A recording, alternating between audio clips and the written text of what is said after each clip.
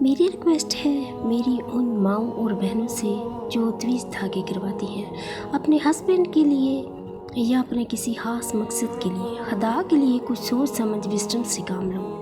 ایک دفعہ ایک عورت ایک پیر صاحب کے پاس جاتی ہے اپنے ہسبینڈ کے لیے تویز لینے۔ اس نے بہت سارا پیسہ خرچ کیا، بکرے دیے، مرغے دیے، لیکن اس کا ایک منتر بھی اس کے ہسبینڈ پہ نہ چلا۔ اس کے ہمسایہ گھر میں ایک بزرگ عورت رہتی تھی جس کی ایج 80 سال ہوگی۔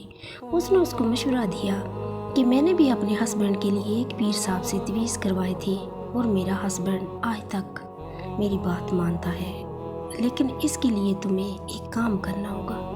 یہ عورت بولی کہ میں ہر کام کروں گی، اما آپ مجھے بتاؤ۔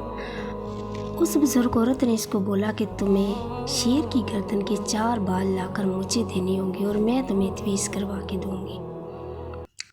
یہ سن کر وہ عورت ایک کساب کی دکان پہ گئی اور وہاں سے اس نے گوشت خریدا اور جنگل کی طرف چل پڑی۔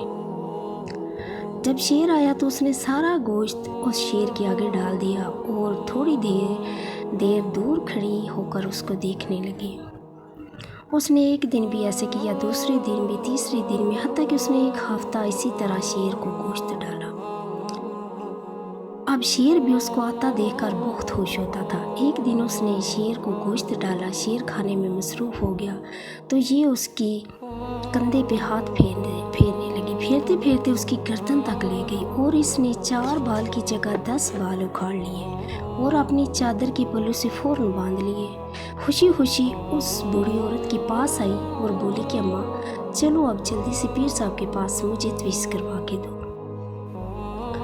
اس بزرگ عورت نے کہا بے وقوف عورت، تمہیں ابھی تک سمجھ نہیں آئی کہ جب تم ایک ہونہار جنگل کے شیر کی گردن تک پہنچ سکتی ہو اور اس کے بال اکھاڑ سکتی ہو، تمہارا شوہر تو ایک انسان ہے، ہر مرد کے دل کا راستہ اس کے معدے سے ہو کر جاتا ہے۔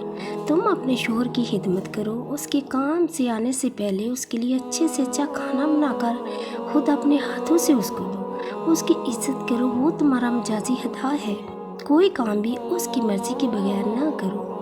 اپنے شوہر کو اپنے گھر کا بادشاہ بناؤ اور پھر تم اس کی ملکہ بن کر راج کرو، وہ تمہاری ہر بات مانے گا۔